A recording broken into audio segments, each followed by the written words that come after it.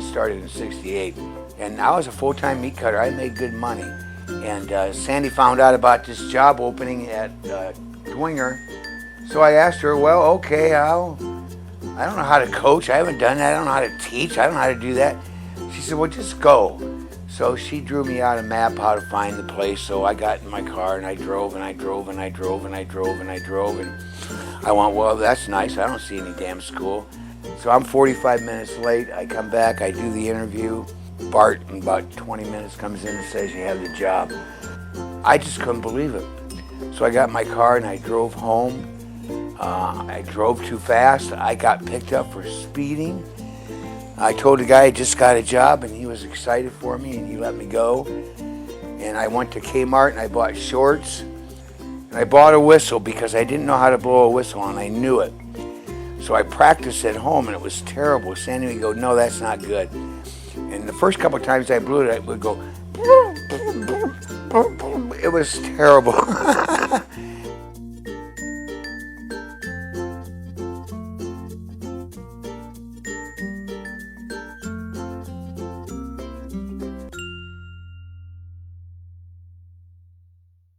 6 a.m. in the morning, people are going to church.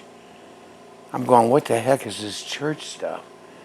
And I hadn't been in a while. And it kind of brought to my attention that Dwenger football was a faith-filled thing. And if you didn't accept that, you're probably in the wrong place. That came out immediately. I kind of went home and had to rethink this whole thing, okay? If this is what I'm going to do, then I got to know that I'm going to be in a faith-filled environment where this matters, where your church matters, your faith matters, all these things that I kind of put on hold.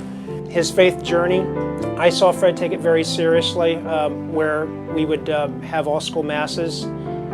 Fred always would talk before Mass would start. He'd always get up and talk after Mass, and always showed his appreciation to the kids for being good at Mass. He talked about his faith. I saw Fred talk a lot about not only the church, but also helping out more at the diocese. I could tell that he was a real spiritual leader of Bishop Dwenger. And it was really his witness of love, you know, and he was truly a firm believer in the mission. The thing I really remember about Fred Tone is that he was just such an energetic person. He always brought the energy. He was very high-strung, very energetic.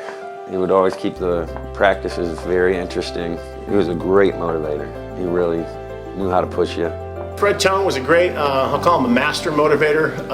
He had a Svengali-like hold on the guys because Coach Jones was the calm, good cop, bad cop. Fred Tone was kind of the passionate, rile him up. You know, a lot of things going on in life. He had all kinds of exciting things that he would do. He'd get you motivated to play. His speeches on Friday before the game give you goosebumps and get you ready to go out and play Dwenger football.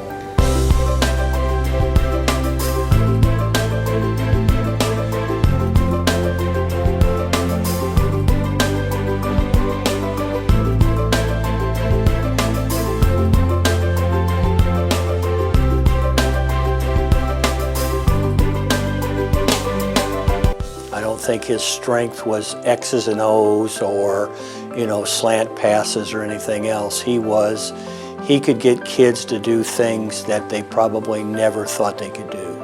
I saw him take teams that were mediocre and make them wrestle championship matches. And as a football coach, he was really intense, you know, which was a complete 180 from the way he was during school. You know, he's a big jokester during school. And then when it came to football, he was serious.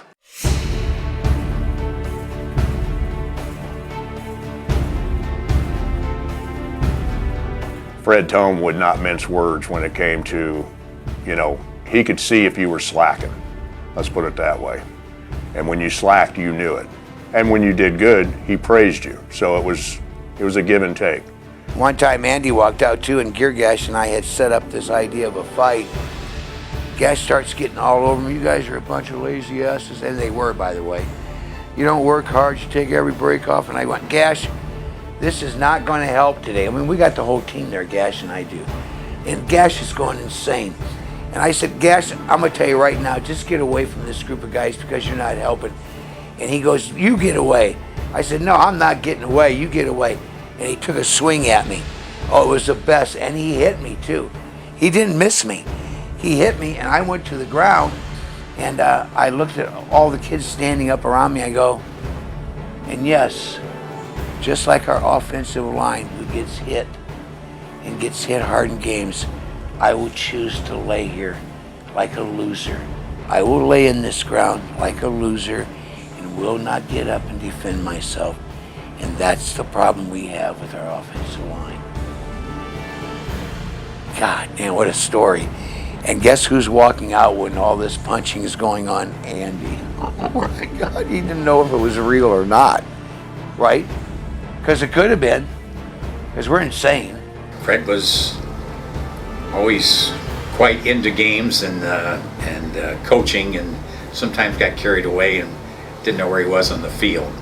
My freshman year, I was asked by Coach Johns to help keep Fred off the field.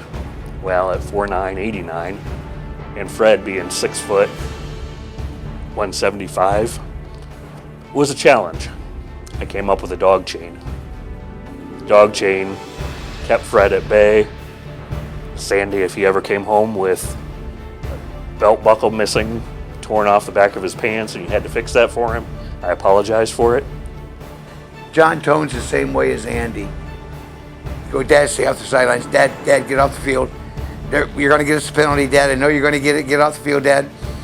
We only got one penalty. It was I was as freshman coach, and that was on Ernie Beaudrab.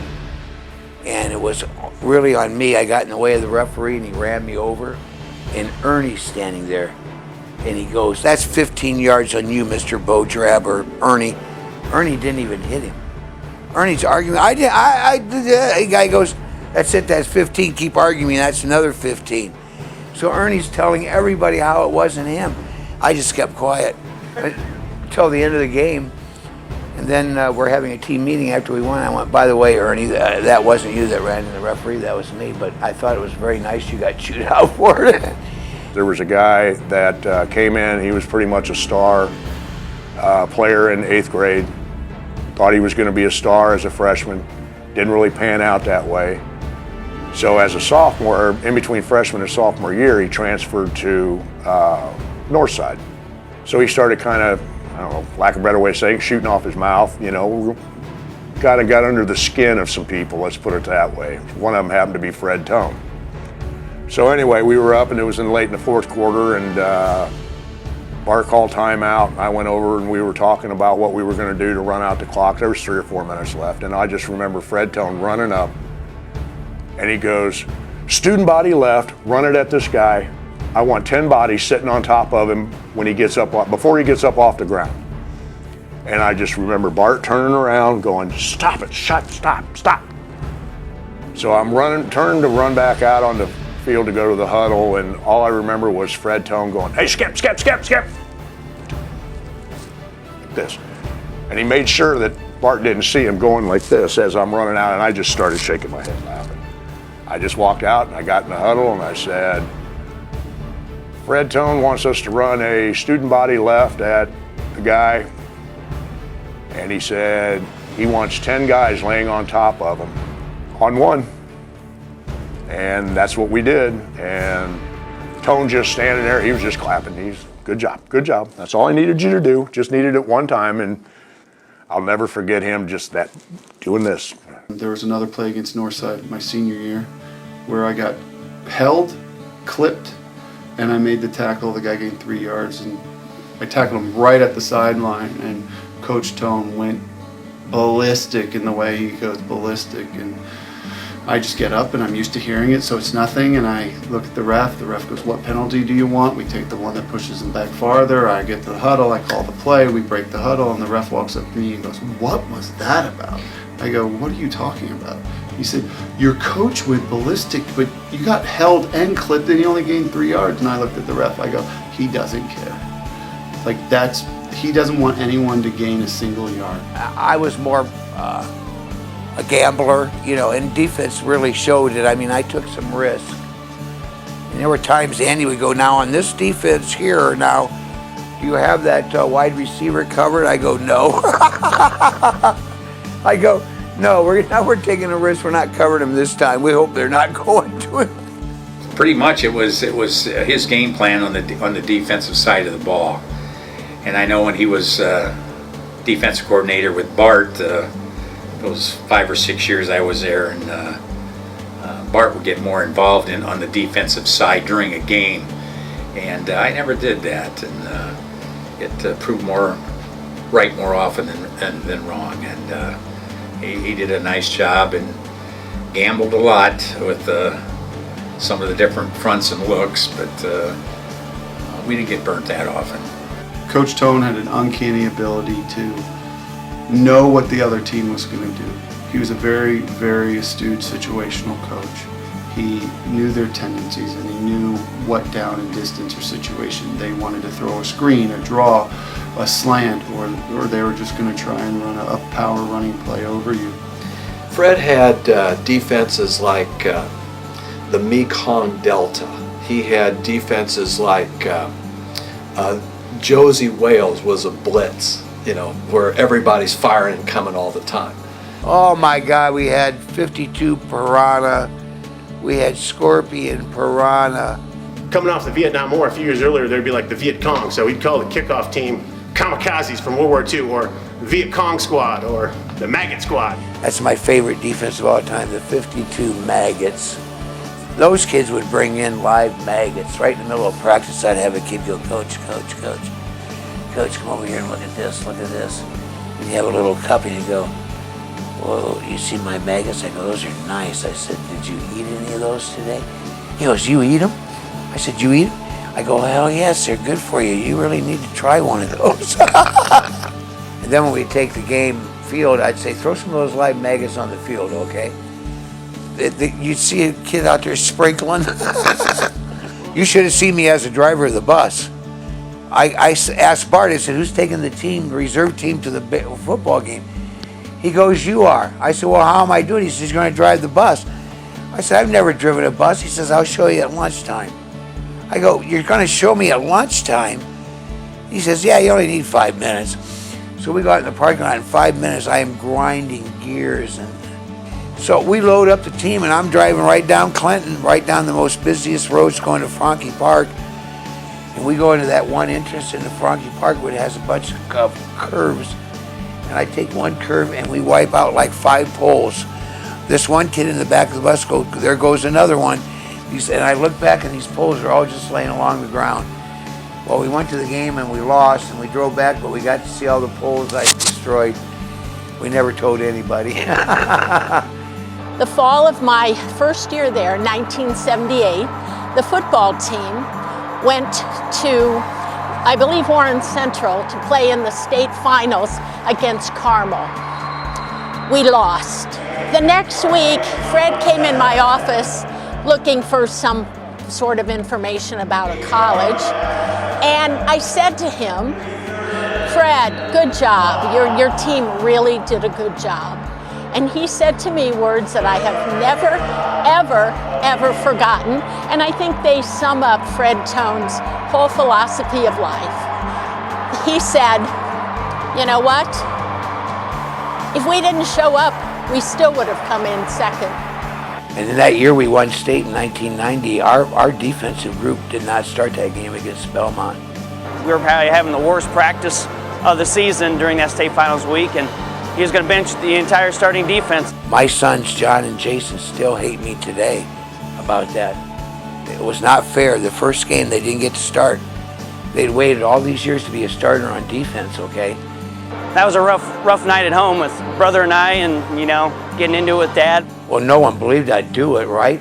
Would you do that? I mean, it's your first game. Well, we did. You know, he was just sending a message that, you know, you got to come ready to go and not underestimate your opponent. And we came ready to play that weekend after that rough practice. We won state my senior year, and I was overwhelmed.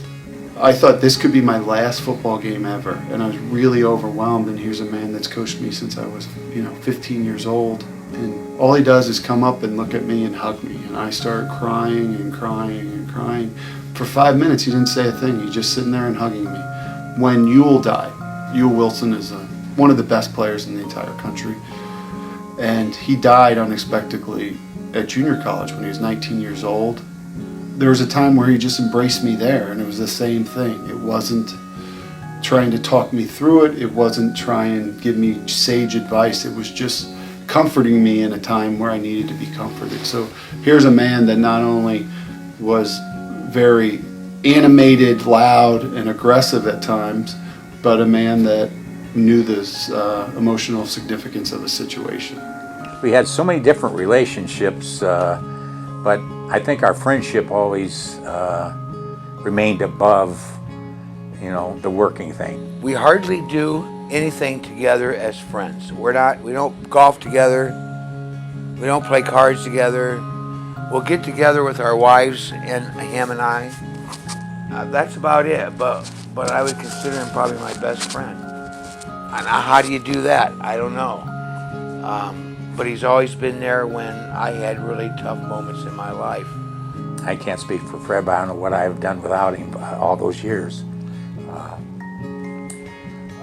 He was always somebody you could talk to, and not just about work-related things, but just about anything in life. And he's the one who stood up for me a couple times when there were people that wanted to get rid of me, and they rightfully had some concerns that brought that about.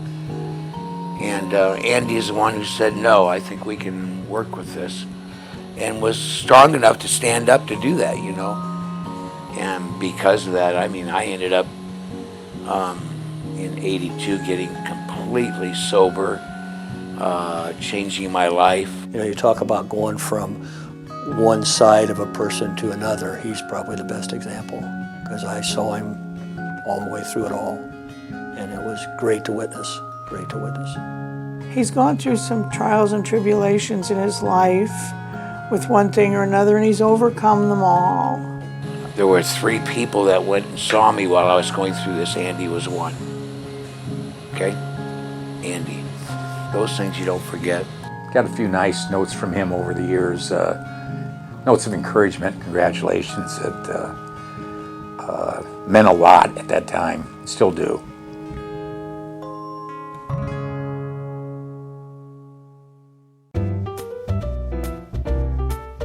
In basketball, I loved being a basketball coach because I was so aggressive. If somebody trapped us or somebody played a press, my standard operating procedures was we'd call a timeout and I go, does anybody can tell me what I don't really like out there?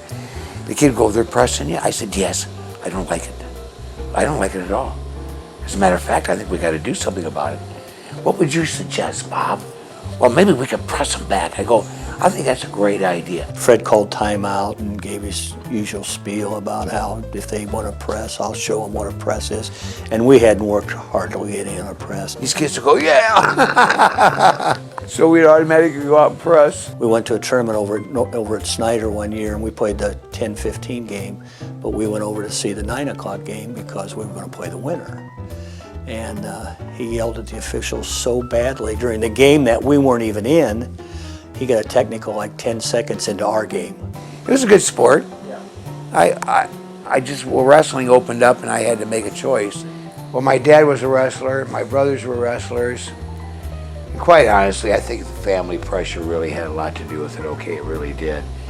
And so I did say yes, and it was an interesting journey because I had so much to learn. When he was the wrestling coach, the thing I was always amazed at is how involved he got in that sport. He was around it a lot and never wrestled. Sandy was my workout partner because I didn't know anything. So I would have these books and I'd open up to a page and I go, oh, look at this move here, a double chicken wing walkover. I said, Sandy, come here, get down. So she gets down and I get this hold on her, and she's fighting me.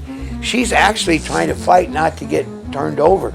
So I just crank her hard as I can. And all of a sudden she just screams, oh, this scream of some sort. And I look at her elbow and her elbow is popped out. Well, anyway, after that I was not allowed to do moves on Sandy. But it was really her fault because she kept fighting it. My brother went to Northside, and we used to come to Dwenger, and it was always a big deal because Dwenger wasn't always known as being the best wrestlers, but they would get after it, and you could always tell the passion. A lot of people talk about Fred now and how much of a motivator he was, but I remember seeing Fred back in those days because I was part of the competition. I saw how passionate he was, and I saw how much he got involved in the matches, how he would build kids up.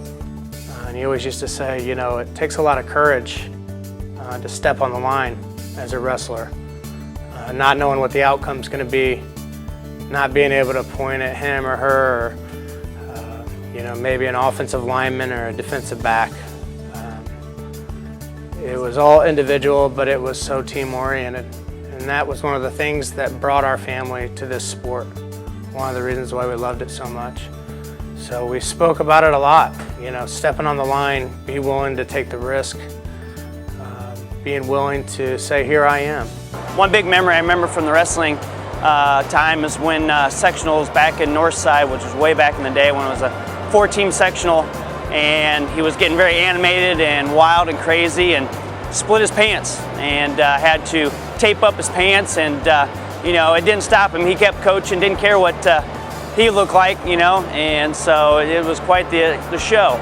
Another year at Northside, he got so animated, actually taped him to the chair, you know, duct taped him, and he couldn't move and get out of his chair because he was warned so many times by the referees that he was going to be kicked out. There was the big mustard speech before, I think it was our last home meet, I think my junior year or whatever, and he brought in the mustard seeds, and we have the faith of a mustard seed. I think he kind of stole that from the Bible, but and he passed out the mustard seeds, and we all had to eat them, and you know, it really fired us up for that match. My freshman year in high school, it was our first year. We're wrestling Elmhurst. They're a very, very good team, and we were terrible. He brought the varsity in and into the locker room and gave us this speech of this Russian guy who was undefeated. Nobody could beat this guy. And if you got the guy in a pretzel hold, it was impossible to get out of. So he said this U.S. guy was going to wrestle him, and he was wrestling him in the Olympics. And third period, the coach yells out to him, hey, don't get caught in the pretzel hold. Whatever you do, stay away from the pretzel hold. Pretty soon, bang, the Russian guy puts the American guy in a pretzel hold, and the coach thinks it's all over. And bang, all of a sudden the U.S. guy pops out of it, turns over, pins the Russian guy, and first one ever to get out of the pretzel hold. Comes over and, you know, he says, son, he says, what'd you do? He says, nobody's ever gotten out of that pretzel hold. He goes, well, when he got me into it, you know, I saw this manhood kind of sitting in front of me, and so I bit it. And, you know, he says, I just didn't realize it was my own. So this was Fred's inspiring speech to wrestle Elmhurst, and we went out and we didn't win a match. Everybody was yelling out, get out of the pretzel hold, watch out for the pretzel hold. More than anything else, he made it fun. Speeches, yeah, you know what, they don't all work. But, you know, he was always willing to step out and take a chance. And that's kind of the message I think he sent on to about everybody. I started coaching with him. We would always talk after the match and break down what we did and what we did right and stuff like that. He would always be so positive in our wrestling. I'd be so mad sometimes in our wrestling, and he'd say, Tom, these kids wrestle really well for us. I said, yeah, they did. Yes, they did. The program survived and thrived because of Fred. You know, even though his knowledge of the sport wasn't that significant, it was the fact that he got everybody to work and mold this program from the bottom up to what it's become, and we've been one of the strongest wrestling programs in the area because of that. His coaching ability rolled over very easily in being a great administrator. Good role model for me to learn by. And to this day, I still wish I could motivate. Maybe someday, if I'm lucky, I'll be able to be a motivator like Fred Tone, but someone like him doesn't come around very often. Teaching-wise, Fred was unbelievable. Never had to be prepared, extremely intelligent person. even though very few people would ever know that. He was well read. You went by his classroom sometime and you wondered, what in the world? He's laying on the floor. One day I went by there and he's got these straws from the cafeteria showing how the Iroquois got under the water and how they could breathe. And then they could jump up and kill a bunch of people or something. I mean, he showed them. And I remember specifically, one of the things we had to do to pass the world history class was learn how to juggle, okay? Really didn't have much to do with world history whatsoever. But there was Fred, he had 3 tennis balls, 2 orange and 1 yellow, and he'd start out, you gotta start with this way, boys, and then you gotta do it with this hand and work it all together. The greatest thing about world history class to this day is I still know how to juggle because of Fred Tone. He was the quintessential educator, he really was, in the fact that how he touched lives on a daily basis in the smallest of ways yielded fruit later in profound ways. And not many can do that. Whenever Fred walked down the hallway, if I was behind Fred, I saw it very often, the kids giving him high fives. Hey, Mr. Tone, with the high five. Kids who would want to sit down with Mr. Tone during lunch just to chat with him, or swing by the teacher's table where they were eating. If Fred was sitting by, they'd give him a pat on the back, see how he's doing. But walking in the hallway, that was my first impression about how special he must be. He was just that cool teacher who came around and, always had a joke for you. And he would always, have jokes about his thumbs and, do things like that were really funny and that you wouldn't expect, a teacher to really do in the middle of the day. And, school can get monotonous sometimes. And, having somebody who's happy to be here and, somebody whose face brightens when he sees you and, always has a joke. He used to always make fun of my name and he used to say Rahman rhymes with the bomb, like something like that. And it would always make me really happy, while he's wandering around the lunchroom and stuff like that. Fred and I were responsible in evaluating teachers, and we would go into the classroom, and as soon as Fred would walk in, the kids would all, as I mentioned in the hallway, they would all say, hey, Mr. Tone. And the teachers, they would roll their eyes, there you go. So they're not really going to get a full, true, objective evaluation because now Fred, he is at center stage, right?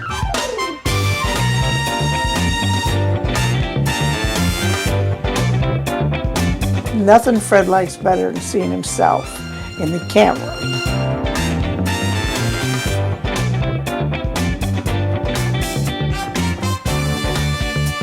If you ever were in his office when he was principal there, somebody had installed mirrors. You know what I'm talking about?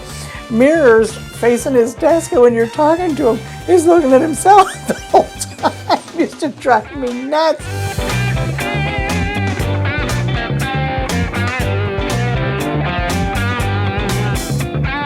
One of my favorite Fred Tone stories is when Redeemer Radio Sports asked him to help do some sideline reporting. Sean McBride, our play-by-play guy, decided to check in with Fred to see what he saw during a good play by the Saints, and we couldn't find him.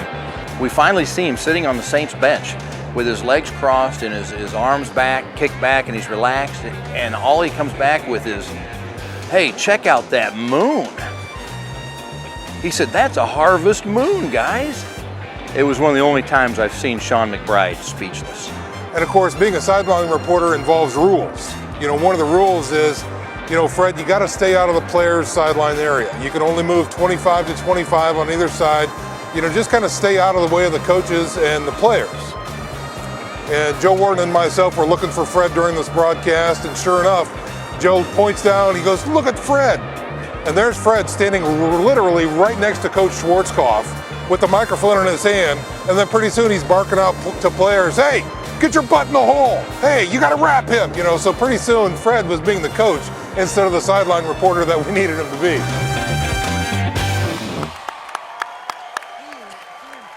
He was a great mentor to a lot of different people, but he really knew, what kids that needed a little help, what kids didn't, what kids to assist and what kids to leave be.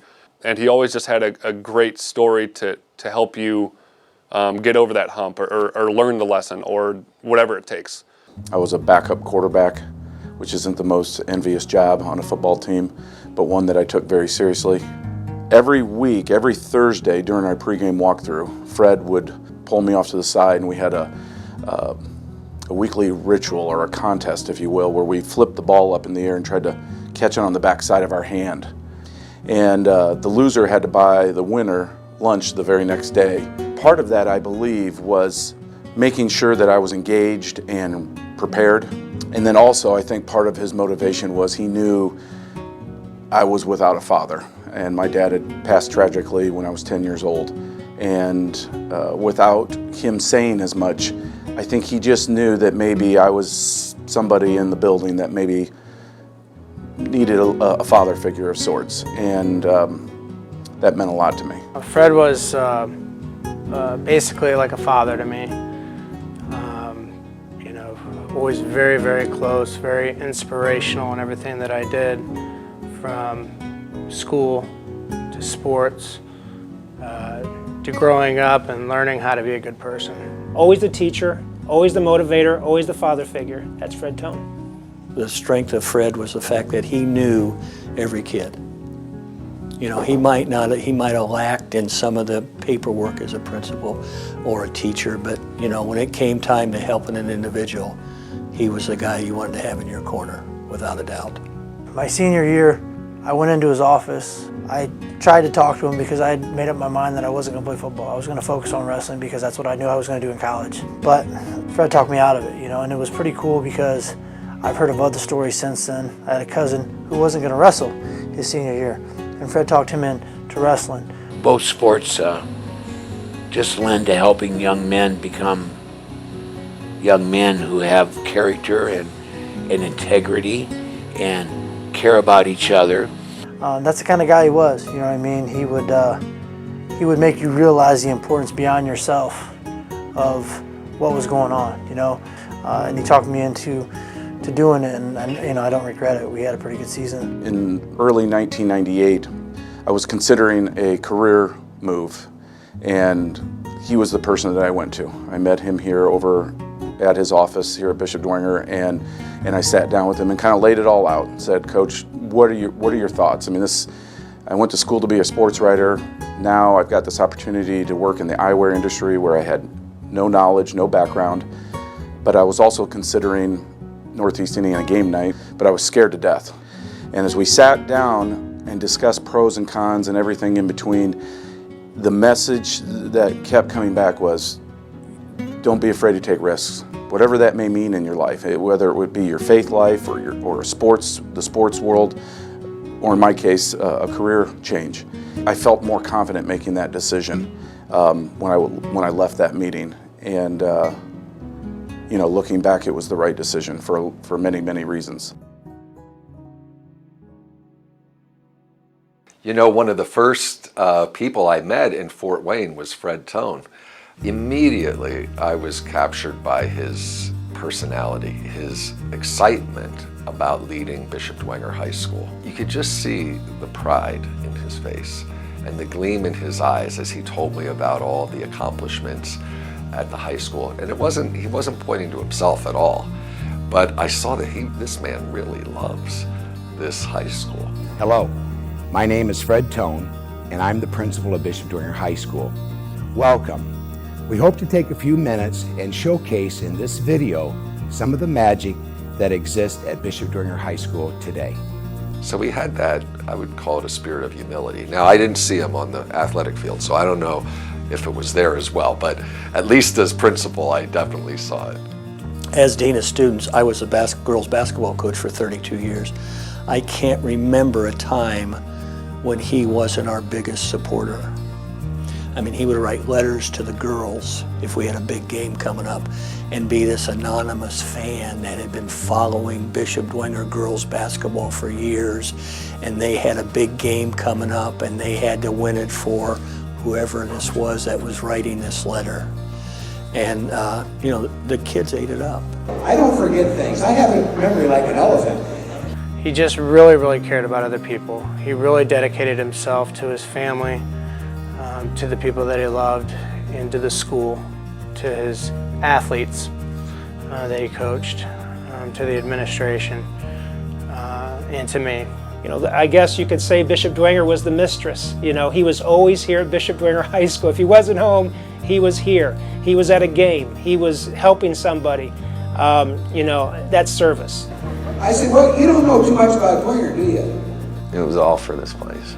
and for the development of young adults to become adults and to overcome hardships and, learn. He's Bishop Dwenger. He came in '68, and from then on, Dwenger and Tone were synonymous, really. That's the story. That's the truth.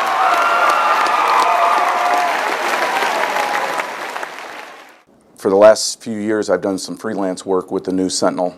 This past summer, of course, we had just gotten the news that Coach was stricken with cancer, and I toiled with, okay, is this a story I really want to write? And so when I reached out to him to ask him, he was all for it. So I went over and met with him. It was really, really good. We talked a lot about the pain that he was enduring and how his faith played a role in that, how he was offering it up for poor souls in purgatory, and it was very profound in that regard. And as I left that meeting, I didn't know what to say. I was just overcome with grief. I just started to cry a little bit, and he came out of the garage and met me halfway in the driveway, and he put his arm around me and he said, "I love you, Case." And I said, "I love you too, Coach." And that was a good day. Cherish your children. That was the last thing he told me. Just last October, I went and seen him. And he's like, cherish your time with your children. Help raise them, be there for them. And that was his last words of wisdom to me. The last time I saw Fred was just a few weeks before he died at that assembly celebrating the football state championship, the pep rally that we had. And of course, Fred was quite frail because of the cancer. You could see it had ravaged his body quite a bit, and he had the oxygen with him. But I noticed there was that he was full of life. You could see in his eyes, that sparkle. And then when he spoke to the students from his heart, it was so beautiful. I'll always remember that.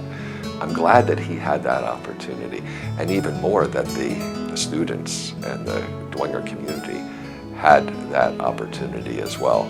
I'm grateful also, Fred's family and his wife, whom he loved so dearly, all of them present for that. That's going to be a lasting memory. And I guess being sick right now, I see more of that. I see more of that connectivity. I don't know what God's doing with me, for example. I really kind of question him. I could have had a bad tooth or something. I don't know, there's so much connectivity, you just can't escape it. And so many things that cannot be just by accident, okay? It's not possible. And I told Fred, I said, "Fred, you have no idea of the number of lives that you have touched for the good. It's thousands. You ask kids who they remember from high school, it's Fred.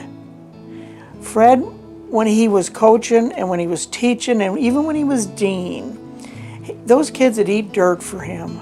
They would. I learned more about life on the Bishop Dwenger football field than I have any other part of any facet of my life. And I attribute that to Larry Bart, and I attribute it to Fred Tone. And yes, there were others. There was Coach Herber, there was Coach Johns, there was other coaches involved in it, but those were the two main ones in my life, and I'm forever appreciative to that. The type of person he was and what he meant to me was a godsend. And I was extremely lucky to have him in my life and to have him such a pivotal part of everything that I did. He still plays a role in everything that I do, and there's not a day that I don't think about something he said.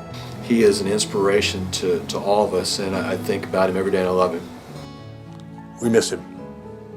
That's about all I can say is we miss him. God our Father, we thank you for the gift of the life of Fred Tone. We thank you for the many blessings that you bestowed upon him in his life on earth. We especially thank you for his leadership here in our diocese. We thank you for his vocation as a loving husband and father, and a mentor and witness to you, to so many people, to so many young people. We ask you to bless him with eternal joy and peace in the company of the saints, with you in the glory of heaven. Eternal rest grant unto him, O Lord, and let perpetual light shine upon him. May he rest in peace. Amen. In the name of the Father, and of the Son, and of the Holy Spirit. Amen.